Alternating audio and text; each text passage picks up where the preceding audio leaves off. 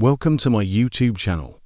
Deep in the rainforests of Central America, swallowed by centuries of green silence, there are cities that the jungle reclaimed long before the modern world ever knew they existed. Colossal stone pyramids rise above the forest canopy, their ancient faces streaked with moss and rain. Plazas that once echoed with the voices of thousands now lie buried under the roots of trees that have grown for centuries in undisturbed quiet. Temples that were once painted in brilliant red and blue and yellow, that once blazed with torchlight and the smoke of sacred fires, now stand grey and patient in the permanent green twilight of the forest floor. For more than 1,000 years, these cities slept, known only to the local peoples who moved quietly through the jungle in their shadow. Unknown to the wider world, unread, unvisited, unmourned. This was the world of the classic Maya, a civilization that at the height of its power was among the most intellectually advanced cultures the ancient world had ever produced. A people who developed the only complete writing system ever created in the ancient Americas, who built a calendar of such breathtaking mathematical precision that it tracked the movements of the sky with an accuracy that would not be matched by the Western world for 1,000 years, who constructed cities of such scale and magnificence that when the first outsiders finally hacked their way through the jungle to find them in the 19th century, they could not believe that human hands had built them at all. They were a people of divine kings who pierced their own flesh in sacred ritual to feed the gods with royal blood, of astronomer priests who read the movements of Venus from the tops of their pyramids the way a modern scientist reads a telescope, of artists and mathematicians and architects whose achievements, even in ruin, still have the power to stop you where you stand and take your breath away. And then, at what appeared to be the very peak of their power, they stopped. Not overnight, not in a single catastrophic moment, but in a slow, terrible, deeply mysterious unraveling that over the course of roughly 150 years saw their greatest cities emptied of their people, their stone monuments left unfinished, their royal dynasties extinguished, their jungle reclaiming in a matter of decades what had taken centuries to build. Why, it is one of the great unsolved questions of human history, a mystery carved in stone and buried in earth, that archaeologists and historians have spent more than a century trying to answer. And the answer, when it finally begins to emerge from the evidence, is more complicated and more sobering than almost anyone had anticipated. Tonight we are going to journey into the world of the silent cities. We are going to walk the plazas of Tikal and Copan and Palenque in the years of their greatest glory. We are going to sit with the kings and the farmers and the astronomers and the stonemasons and try to understand what their daily lives were like at the height of this extraordinary civilization. And then, like archaeologists sifting through layers of earth for clues, we are going to follow the evidence of their collapse, the last dated monuments, the unfinished construction, the defensive walls thrown up in desperation, the mass graves, the drought preserved in stalactites deep underground, the pollen records that tell a story of environmental catastrophe hidden in the sediment of ancient lake beds. What we will find is not a single cause, not a single villain, not a single moment of failure, but something far more human and far more troubling than that. A perfect storm of catastrophes, each one feeding the others, each one making the next more devastating, until a civilization that had thrived for more than 600 years simply could not hold itself together any longer. Before we begin our journey, if this kind of history told slowly and carefully and completely is something you value, please take a moment to like this video and subscribe to the channel. It genuinely makes it possible to keep making work like this. And I would love to know where in the world you are joining me from tonight. Leave a comment below and tell me.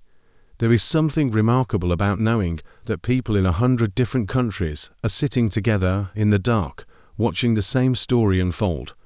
And now, settle in, let the noise of the modern world fall away. Our journey begins not in the jungle, but in a lawyer's office in New York City in the year 1839, because before we can understand what the Maya built and why it fell, we first need to understand how the world found out that it had ever existed at all. For centuries, the great stone cities of the Maya lay hidden in the green embrace of the Central American rainforest in a silence so complete that the outside world did not merely forget them. It never knew they were there. Vague rumors reached the ears of European scholars from time to time. Reports from Spanish missionaries working in the jungle interior of strange stone faces half buried in undergrowth. Accounts from local woodsmen of vast collapsed palaces rising from the forest floor in places where no road went and no map showed anything at all. But these reports were almost universally dismissed. The prevailing intellectual certainty of the 19th century held that no great indigenous civilization could possibly have risen in the Americas without outside help. If there were ruins in the jungle, they must be the work of Egyptians, or a lost tribe of Israel, or some other ancient people from the Old World who had somehow crossed the ocean. The idea that the people of the Americas had built something this magnificent entirely on their own was, to the learned men of Europe and America, simply unthinkable. The two men who would shatter that certainty forever made an unlikely pair. John Lloyd Stevens was an American lawyer by training, but an explorer by temperament. He had already made his name, a travel writer, producing vivid accounts of journeys through Egypt and Arabia and Eastern Europe that had made him famous on both sides of the Atlantic. He was charming, energetic, and possessed of a curiosity that seemed physically incapable of being satisfied. Frederick Catherwood was his opposite in almost every way. A British architect and artist of the highest technical skill, precise, methodical, and possessed of a draftsman's eye for the exact reproduction of complex detail. Where Stevens saw adventure, Catherwood saw structure. Where Stevens felt wonder, Catherwood measured. In 1839, drawn by the persistent whispers of lost cities and driven by a conviction that something extraordinary was waiting to be found, the two men set out together into the largely unmapped and politically volatile jungles of what is today Honduras and Guatemala. The journey was punishing in ways that are difficult to fully appreciate sitting in the comfort of the present. They traveled by mule through a rainforest of suffocating heat and humidity, where the air was so thick with moisture that their clothes were permanently damp and their paper grew soft and unworkable in their hands.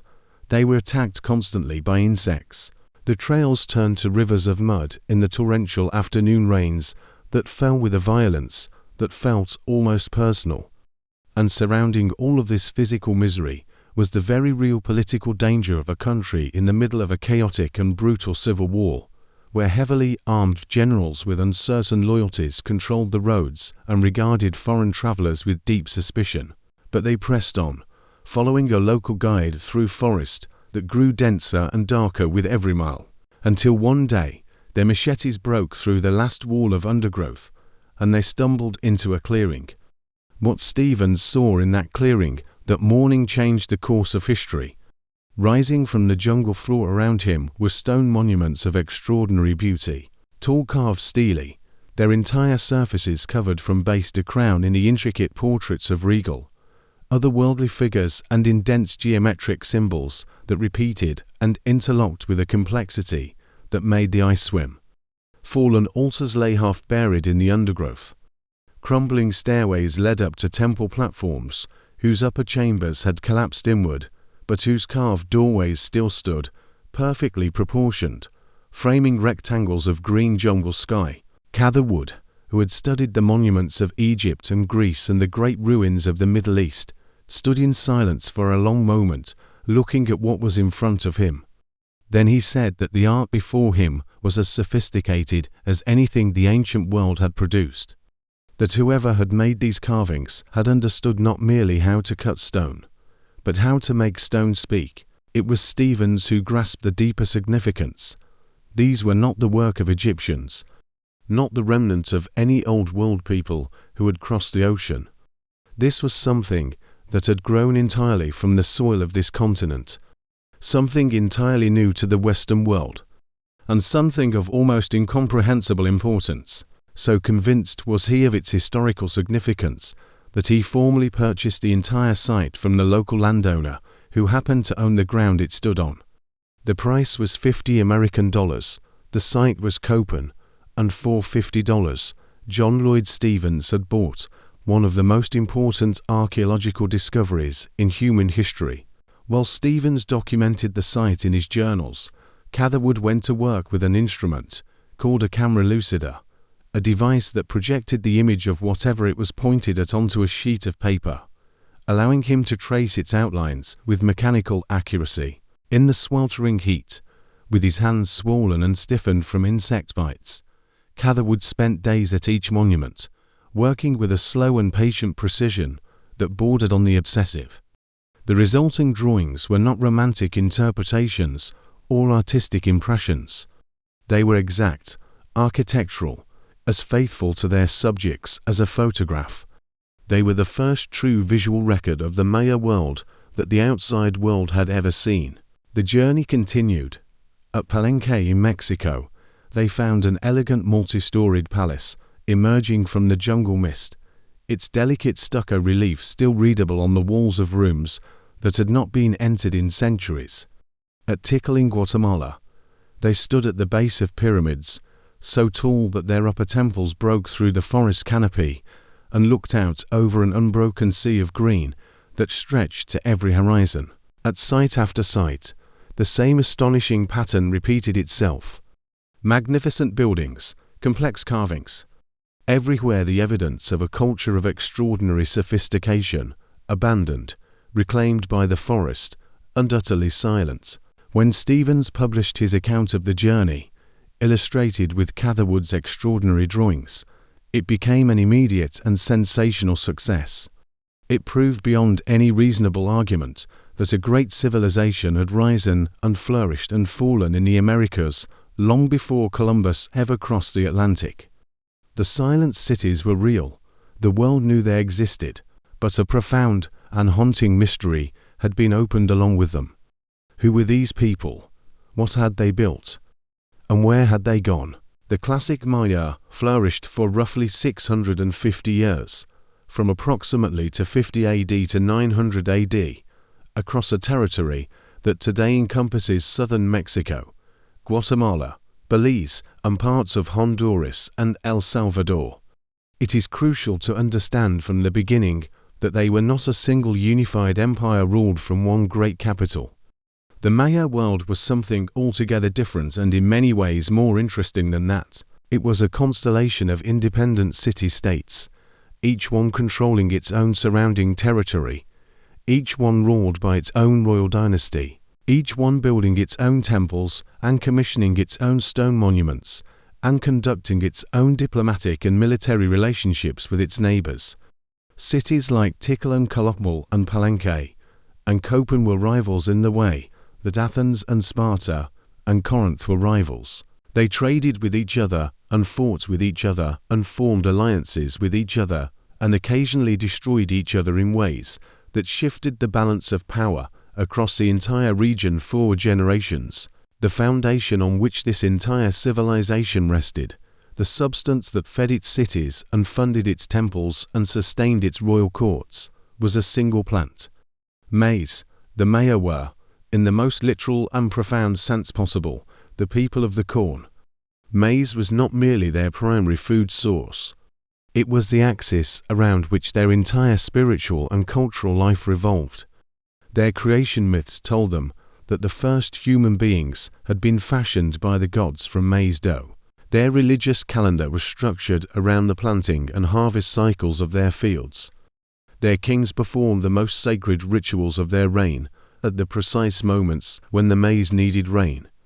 The cycle of planting and growth and harvest and death and replanting was not for the Maya a practical agricultural rhythm. It was the heartbeat of the cosmos itself. Sustaining that heartbeat in the thin, quickly exhausted soils of a tropical rainforest environment was a constant and demanding challenge. The Maya developed a remarkable variety of agricultural techniques to meet it. In the lowland areas, they drained swamps and built raised irrigated fields that could produce crops year-round. On hillsides they cut elaborate terraces into the slopes to prevent the soil from washing away in the heavy seasonal rains. In the forest itself they practiced a form of shifting cultivation, clearing and burning sections of jungle, farming them intensively for a few years until the soil was depleted, and then moving on to allow the forest to regenerate. At the center of this agricultural and spiritual world stood the king. The Maya ruler carried a title that translates as Holy Lord, and the word holy here is not a courtesy or a metaphor. The Maya king was understood by his people, and almost certainly understood himself, to be a genuinely divine figure, not merely a man chosen by the gods to rule, but a man who was himself partially divine, a living link between the mortal world of farmers and craftsmen and merchants, and the supernatural realm of gods and royal ancestors from which the rains came, and the maize grew, and the sun rose each morning. His primary duty was not to govern or to judge or to make war, though he did all of those things. His primary duty was to perform the sacred rituals that maintained the order of the cosmos, to stand in the place where the human world and the divine world touched, and to keep the bargain that held the universe in balance. And the price of that bargain was blood, his own blood. In the most sacred ceremonies of the Maya calendar, the Holy Lord would take an obsidian blade or a sharpened stingray spine and pierce his own tongue, or his earlobes, all other parts of his body. His blood would fall onto strips of bark paper, held in a wide ceramic bowl below. The paper would then be burned in the fire of a sacred brazier, and in the swirling column of smoke that rose from the burning blood-soaked paper, it was believed that a portal opened between the worlds, a shimmering visionary serpent through whose open jaws the king could see and speak with the gods and the ancestors who governed the fate of his people. The bargain was simple and absolute. The people fed the king with the tribute of their labor and their crops. The king fed the gods with the most sacred substance in the Maya world, his own royal blood. As long as this contract was honored, the rains would come, the maize would grow, the sun would rise, the universe would hold. It was a system of profound spiritual beauty, and it rested, as we will see, on a promise that no human being could ultimately keep. 4 decades after Stevens and Catherwood brought the silent cities to the attention of the world, the writing that covered every surface of every monument and temple and palace remained an impenetrable mystery. Scholars could see that it was a writing system. The glyphs were clearly organized. They repeated in patterns. There was obviously a logic to them, but what that logic was, no one could say. The true nature of the Maya script, when it was finally understood, turned out to be more elegant and more complex than anyone had imagined. It was what linguists call a logosyllabic system, combining two completely different types of sign in the same text. Some glyphs represented entire words, others represented single spoken syllables. The same word could be written in multiple different ways, and educated Maya readers would have recognized all of them. The signs themselves were works of art, compact, intricate, densely detailed little pictures of heads and hands and animals and abstract symbols, arranged in neat square blocks and read from left to right and top to bottom in paired columns that zigzagged across the face of the monument. Beneath this writing system lay a mathematical foundation of extraordinary sophistication. The Maya independently invented zero, not borrowed from anywhere else, not adapted from a foreign system. Invented from first principles by Maya mathematicians working in the forests of Central America at a time when the concept was still unknown to most of the great civilizations of the Old World, including Rome.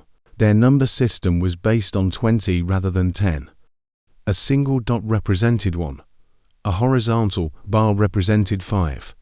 The shell glyph represented 0. With these 3 signs alone, a Maya mathematician could express any number, no matter how large, with perfect precision. It was an elegant system of almost shocking simplicity, and it gave the Maya a computational power that allowed them to calculate accurately into the hundreds of millions, that power was put to a specific and deeply important use, the tracking of time. For the Maya, time was not a neutral background against which events occurred. Time was sacred. Time was structured. Time moved in cycles, within cycles, within cycles, like the interlocking wheels of an impossibly complex celestial clock.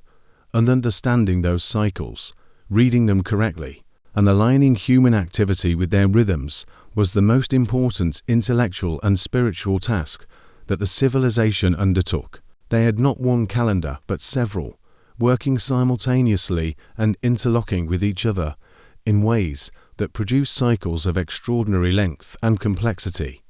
There was the Tzolk'in, a 260-day sacred calendar used for divination and religious ceremony.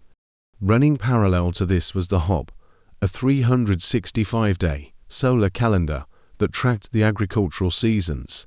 These two calendars ran simultaneously, like two gears of different sizes turning together, and they aligned perfectly only once every 52 years. And beyond these, to track the longer sweep of history, the Maya developed the long count, a linear calendar that counted the number of days elapsed since a mythological creation date corresponding in our calendar to August 11, 3114 BC.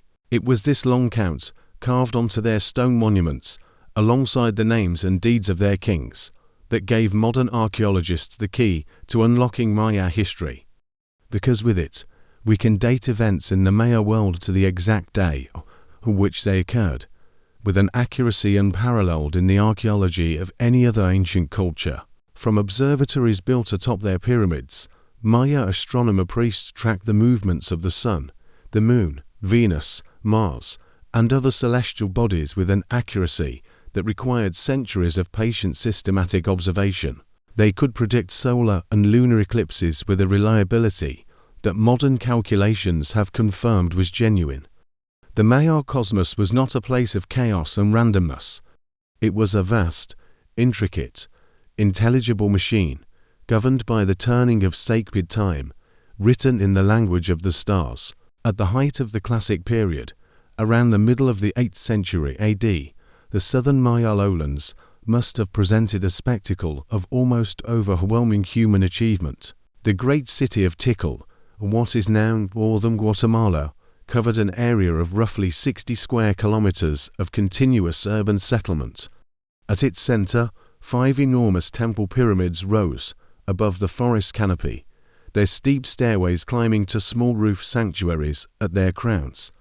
The tallest of them, Temple 4, reached a height of nearly 70 meters, making it the tallest pre-Columbian structure ever built in the Americas. The population of the southern lowlands at this peak moment is estimated by archaeologists at between 3 and 13 million people, a population density in this tropical forest environment comparable to modern-day intensive agricultural regions in Europe and Asia, sustained entirely by the labor of Maya farmers working with stone tools on thin tropical soils. The superpower rivalry that dominated this world was the conflict between two great kingdoms, Tikal, the great city of the north, and Calakmul, the serpent kingdom, whose kings controlled a vast web of client states and allied cities across much of the southern lowlands. Their conflict reshaped the political map of the Maya world in ways that we can now read directly from the stone monuments they left behind. At Copan, in the highlands of what is today Honduras, a dynasty of 16 kings produced some of the most sophisticated and beautiful stone carvings in the ancient world.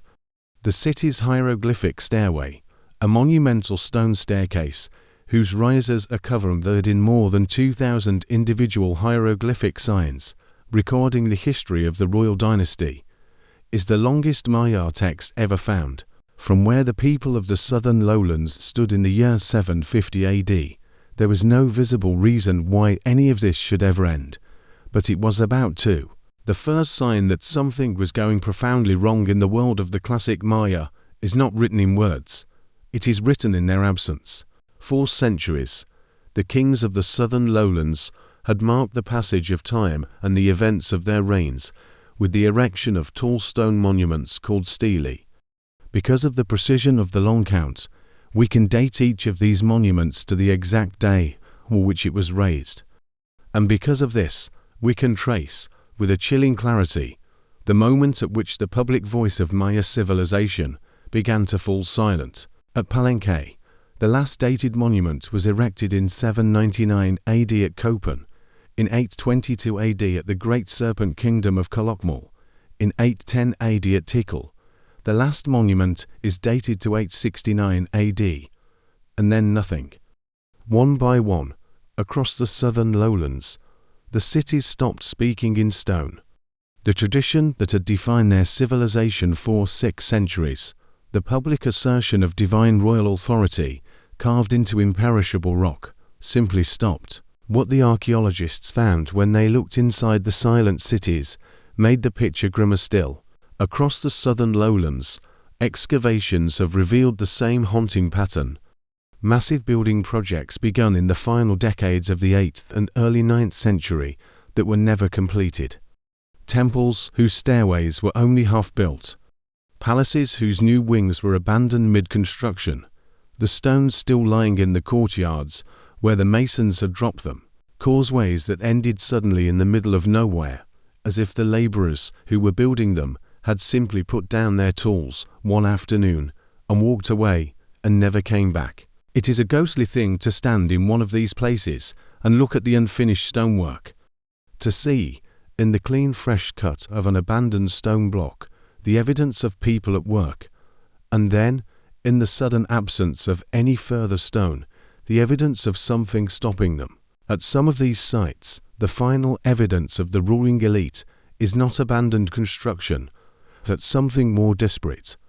Crude, hastily erected stone walls thrown up around the central temple precincts and royal palaces of cities that for centuries had been built without any defences at all.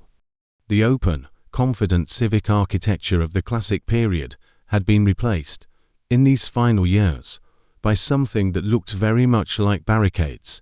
The great cities of the southern Maya lowlands were not falling, they were hunkering down. Warfare had always been part of the classic Maya world, but it had, for most of the classic period, been a relatively contained and ritualized affair. The goal of Maya warfare was not primarily to destroy enemy cities or to annihilate enemy populations.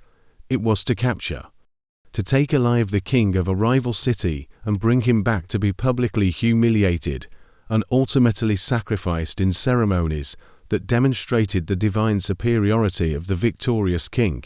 This was warfare's theatre.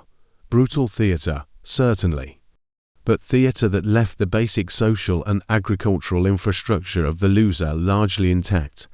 In the final century of the classic period, the evidence suggests that this changed. The art of the late classic period grows grimmer and more chaotic as the decades pass. Scenes of mass combat, burning buildings, long lines of bound prisoners whose identity suggests they were not elite captives intended for ritual sacrifice, but ordinary people, farmers and craftsmen dragged from their homes and fields.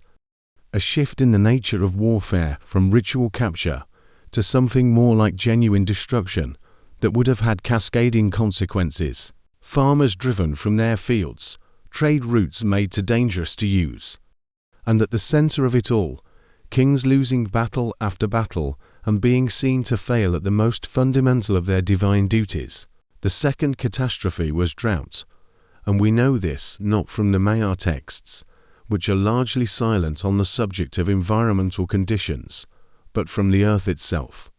In the caves of the Yucatan and Belize, stalactites have been growing for thousands of years, building up their layers of mineral deposits from the water that drips through the limestone above them. Each layer of a stalactite is a chemical record of the climate conditions at the time of its formation. By drilling into these ancient formations and analyzing the ratios of different oxygen isotopes in each layer, scientists can reconstruct the rainfall patterns of the past with remarkable precision. What those stalactites reveal about the period between 800 and 1000 AD is stark. There were not one, but several severe droughts during this period. The worst of them lasted 4 decades. During one of the most intense dry periods, centered on the 9th century, annual rainfall across the southern lowlands may have dropped to as little as 40% of its normal level. For a civilization whose entire agricultural system and whose entire theology depended on seasonal rains arriving reliably and in sufficient quantity to grow maize, this was not merely an inconvenience. It was an existential threat of the first order. Consider what a multi-year drought would have meant in the Maya world. The fields that failed, the reservoirs that ran dry, the corn that withered in the ground, and at the center of the spiritual catastrophe that would have accompanied the physical one, the king, the Holy Lord, whose most sacred duty was to bring the rains through the offering of his own blood, performing his rituals, piercing his flesh, burning the blood-soaked paper, and the rains not coming. What happens to a theology built on the promise of divine intervention when the divine intervention stops arriving?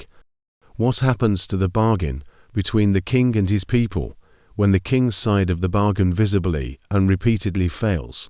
The third catastrophe was one the Maya brought upon themselves. It is visible in the sediment of ancient lake beds across the southern lowlands, beginning in the early classic period and accelerating dramatically as the population grew. The forests of the southern lowlands were being cut down. Pollen records taken from lake sediment cores show a dramatic shift beginning around 50 AD and continuing with increasing intensity for the next 6 centuries. The pollen of forest trees was replaced by the pollen of agricultural crops and of the weedy plant species that colonize open, disturbed ground. This was not vandalism. It was necessity. The growing population wired more and more agricultural land to feed itself. But clearing the forest had consequences that the Maya may not have fully understood. Tree roots hold soil in place. They draw water up from deep in the ground and return it to the atmosphere through their leaves, contributing to the regional rainfall cycle. Without the forest, the thin limestone soils would have been far more vulnerable to the effects of drought. Rainfall that fell on deforested slopes would have run off more quickly rather than soaking into the ground. The Maya, in clearing their forests to feed their growing cities, may have been making the droughts that would eventually destroy those cities worse. By the early 10th century, the great cities of the southern Maya lowlands were empty. Tikal, which had once held a population of perhaps 90,000 people, was abandoned. Calakmul was abandoned. Kopan was abandoned. The forest moved back in with a speed and completeness that is still difficult to fully grasp. Within a few generations of their abandonment, these cities were invisible, hidden under a canopy that showed no sign of what lay beneath it. And the people, where did they go? Some died. The skeletal evidence from the final occupation layers of many southern cities shows signs of stress, malnutrition, and violence. But the majority did not die. They moved north, toward the drier, but more stable environment of the Yucatan Peninsula, east, into the highlands of Guatemala and Honduras, away from the cities whose kings could no longer protect them and whose fields could no longer feed them, into smaller communities, village life, subsistence farming, the slower and less spectacular, but ultimately more resilient existence of people who had learned, through catastrophe, the limits of what their world could sustain. The civilization did not end. The people did not disappear. The Maya as a culture and as a people survived the collapse of their great cities and continued to build and to write and to track the movements of the stars and to plant their maize and observe their sacred calendar and pass their stories from generation to generation. The northern Yucatan experienced a remarkable cultural flowering in the centuries after the southern collapse. Cities like Chichen Itza and Uxmal rose to prominence, absorbing the people and some of the traditions of the south and developing a new, and in many ways equally remarkable form of Maya culture that would endure until the arrival of the Spanish in the 16th century. But the great cities of the south were gone, not conquered, not destroyed by an invader, abandoned, left to the forest. A civilization at the peak of its intellectual and artistic achievement, brought low by a convergence of forces that fed on each other in a spiral of collapse that none of its brilliant kings and astronomer priests and master stonemasons had the tools or the time to reverse. The story of the Maya collapse is, in the end, not simply a historical curiosity. It is a story with an uncomfortable relevance to our own moment in the history of the world. A civilization of extraordinary sophistication that cleared its forests to feed its growing population and in doing so made its climate less stable, that built its cities on the assumption that the rains would always come in the right quantity at the right time, but had developed a theology and a political system whose legitimacy depended on delivering predictable environmental outcomes that the environment was under no obligation to provide. These are not abstract warnings from an impossibly distant past, they are a mirror. The Maya did not fail because they were not intelligent enough to see what was happening. The astronomical precision of their calendars, the mathematical elegance of their number system, the beauty and complexity of their writing, all speak to a culture of intense and sustained intellectual power. What they lacked was not intelligence, but time, and perhaps the political and social structures capable of making the enormous collective changes that might have altered the outcome.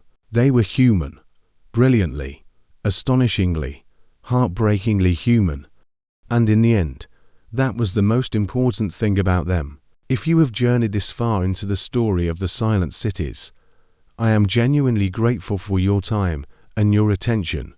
Stories like this one take an enormous amount of research and care to tell properly, and knowing that people are willing to sit with them for this long is what makes the work worthwhile. If you found value in this journey, please do take a moment to like the video and subscribe to the channel, so that you do not miss the next one.